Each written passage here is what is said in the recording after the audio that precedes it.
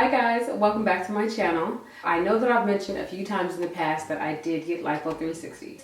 It is a procedure where 12 areas of your abdomen, back, and sides are going to be sucked through a cannula.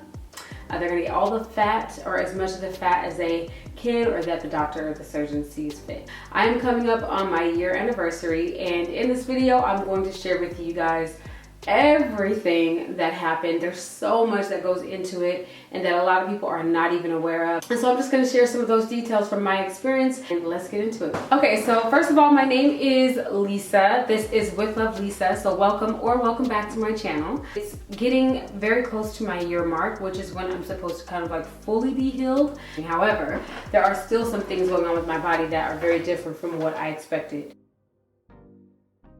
So let me start at the beginning. When it comes to Lipo 360 and you have to, go into research, one of the things that really helped me was getting into the surgical group. So like there's like a 305 plastic surgery group, and then there's the specific surgeon that you go to. Typically there is a surgery group on Facebook. And so it's really good to get into those groups because you very quickly learn about all the different experiences that many people have, and you very quickly learn that things can be great with one surgeon. They can also be very bad with the same surgeon. And so you just kind of learn like different things to look out for. I think some of the things, the big takeaways are to just kind of learn from other people's experiences. I know a lot of people were there asking questions like, should I get a BBL, or should I get a Lipo 360, or should I get a tummy tuck?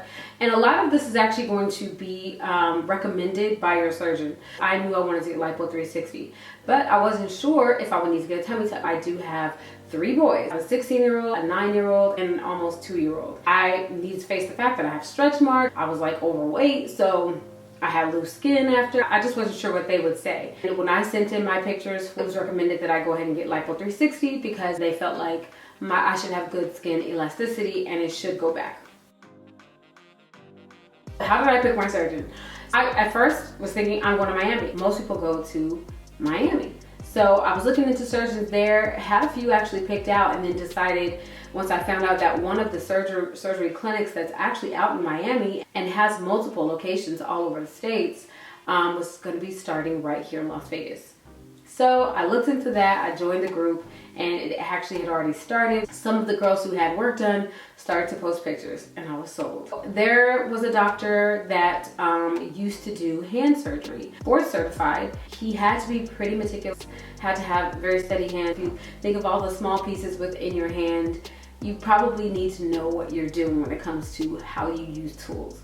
So that, along with the experiences that I was seeing other girls having and the results that they were having, I was sold. Now, don't get me wrong, there were some girls who were having awful experiences that they were getting BBLs. I feel like one of the harder things is actually doing the BBL because you have to get the position of the butt correct, and where are you going to put the fat, and get the top and the bottom, do they want heart, do they all these things, whereas all I wanted was Lipo 360. Just take the fat, take my fat, and I don't want it back. I don't need it back. For me, it was a no-brainer. Leading up to the surgery, you can pay everything in advance, or you can pay day of surgery. Now, because I was in the groups, I kind of saw some of the different stories and different things that was happening with different girls. There was no way I was going to pay up front. I had all my cash, but there was no way I was going to pay up front because anything could happen, and then all my money would just be lost. So I was like, nope, I'm going to put down my deposit, and then I will see them on May 19th. Long before your surgery, what you have to do is kind of prepare your body. Things that you are recommended to do is to take certain vitamins. Your surgeon and your doctor's office will tell you everything that you need to take. You have to get physical, you have to get full blood work, like a whole panel of blood work. And if you guys remember, I did get blood work back in the past on this channel. It was around the time that I had my miscarriages. Now, here's the part that is tricky. Whatever you mention when you first start the process for your surgery, so like when you're filling out the application, anything in your history, your medical history, that stuff can come back up. Now, I'm not saying don't say it, because I did say it, and I'm happy that I did, but it can hold everything up for you. I had to face the reality about my blood condition because I had had miscarriages, and what I did find out is that my blood clotted. So I had to mention that for my own safety.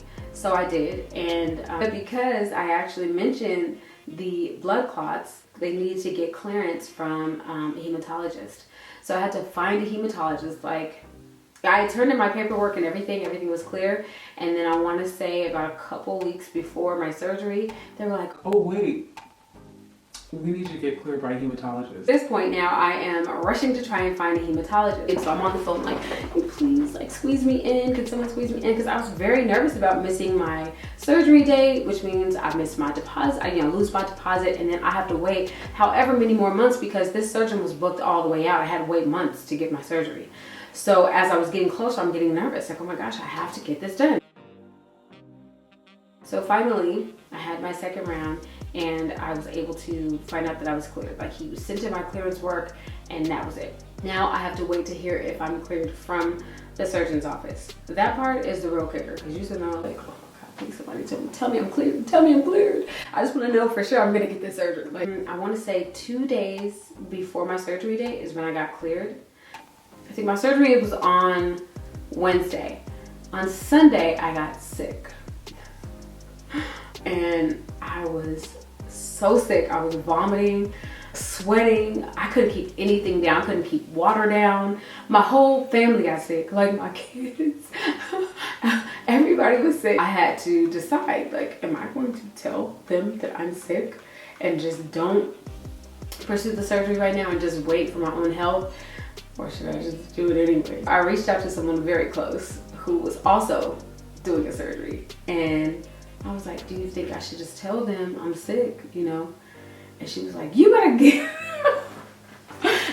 go in there and act like you're perfectly fine and get that surgery. I was like, you know, you right. I went in and completely out of it, signed my paperwork, sat down. And this is funny, I can laugh now. I'm not recommending anyone do this. I felt like crap, okay? Honestly though, I did start to feel better like right before surgery, and I think that had everything to do with the IV drip. I think my body was just so dehydrated. And then the anesthesiologist came in and just asked me a few questions. He was really nice. And he warned me that I would be very cold when I got to the surgical room. My surgeon finally came in. He was really cool. They actually called him Boots, Dr. Boots, because he always wears cowboy boots. Honestly, I was so out of it. I don't even remember looking to see if he had the damn boots on. I was just not feeling good. Now, I normally have 1,000 questions. I want to know all the details. I want to be very specific, but I was so sick to where I was like, oh my God, if I say anything, he's going to be able to tell that I'm sick and they're going to cancel my surgery. Because a lot of girls I found out in the group were having their surgery canceled for multiple reasons. So you do have to be very meticulous about how you follow the rules before your surgery. He came in, he said, did you have any questions?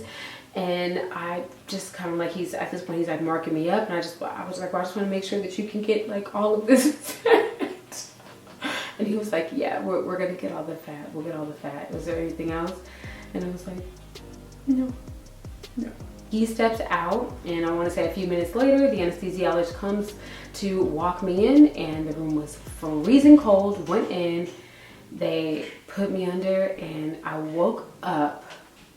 For me, it was just a blink of an eye, but I'm sure, obviously it was longer for them. But I woke up shivering cold, like going like this, like, oh, because it hurt so bad. It hurt so bad. That's one of the things that you are just not thinking about. All I could see is the results.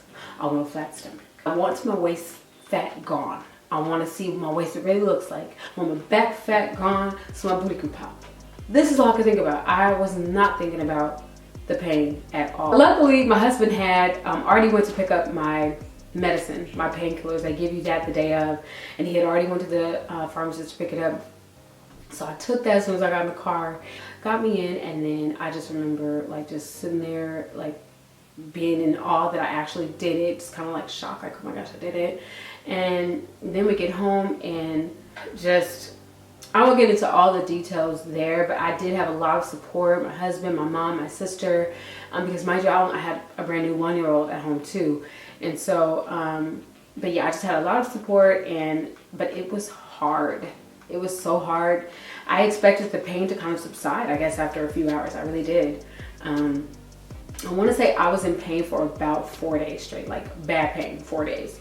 But they do give you painkillers, but if you get off schedule, then you will feel that pain. After about 4 days, it did start to taper off, the pain did, and it became more manageable, but it was definitely hard because you have to also factor in, after the surgery, you are now having to get massages.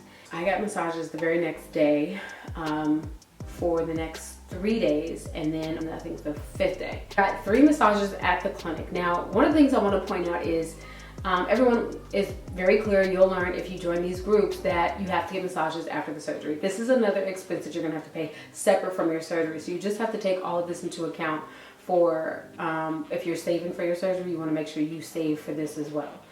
They do say you wanna get about 10 massages. So I decided to start my first 3 massages with the clinic that I went to get my surgery from, simply because I got my surgery cleared a couple days before my actual surgery, or the day before. Yeah, the day before my actual surgery. So I didn't want to book a massage therapist and then get canceled. So I was like, let me just book the first 3 with them, and I'm gonna find another one after. You have your punctures, you have your wounds where they stuck the cannula in, and so the drainage can actually come directly out of those wounds as they're massaging, as the massage therapist is holding God. You have to have these massages done.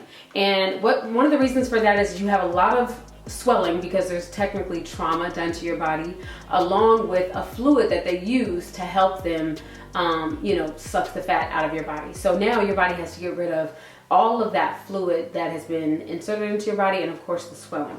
So the massages are supposed to help with all of that. It also helps to re-adhere your skin to your body, because without the fat connecting the two, when it's not like originally that way, all of a sudden you have like this gap in between the two, which is where the fluid pockets start to build up there. And then I had another massage with a woman that I found from the group, and she was amazing. And then I needed to find someone who I felt like was going to give me a deeper massage.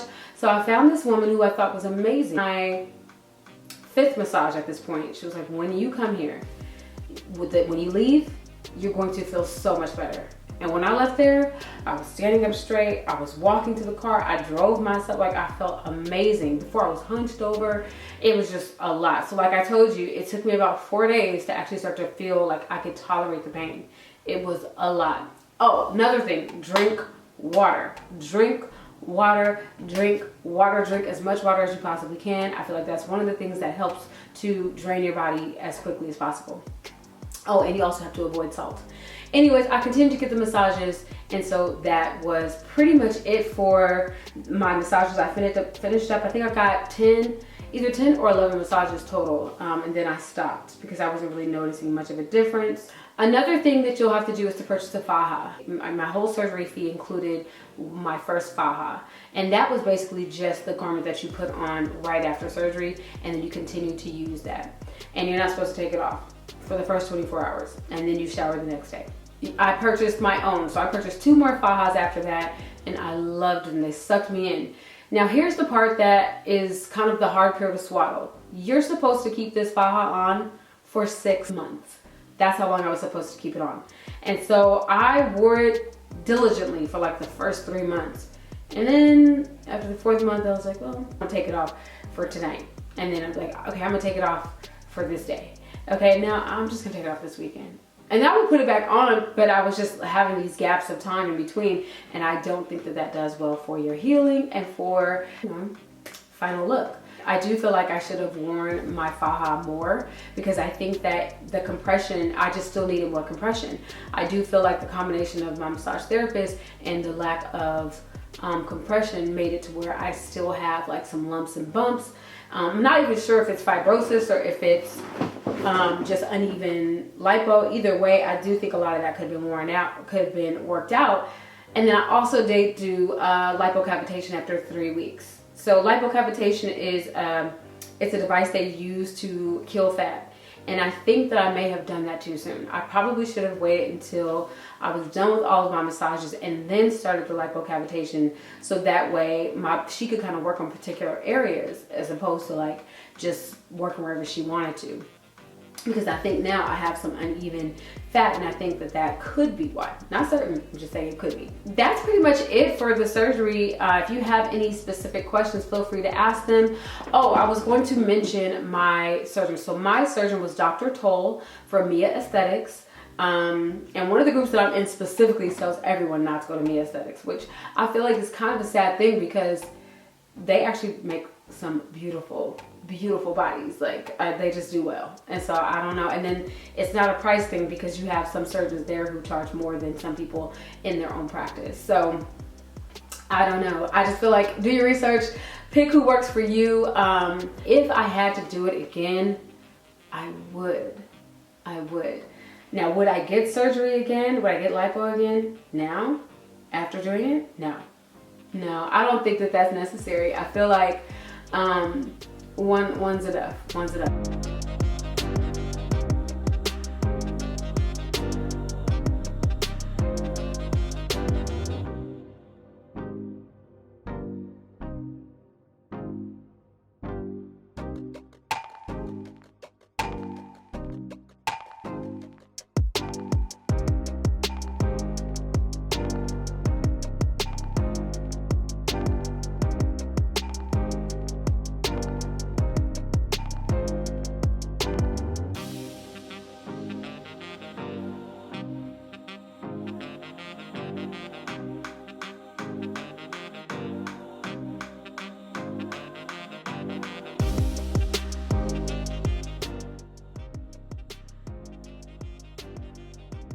Like I have 3 children and my body has been through the ringer. So I am happy with my results. I just know it could be better. So that's what my focus is. And that is pretty much it for this video.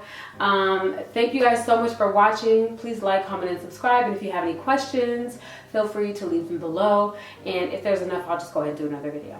See you guys next time. Bye.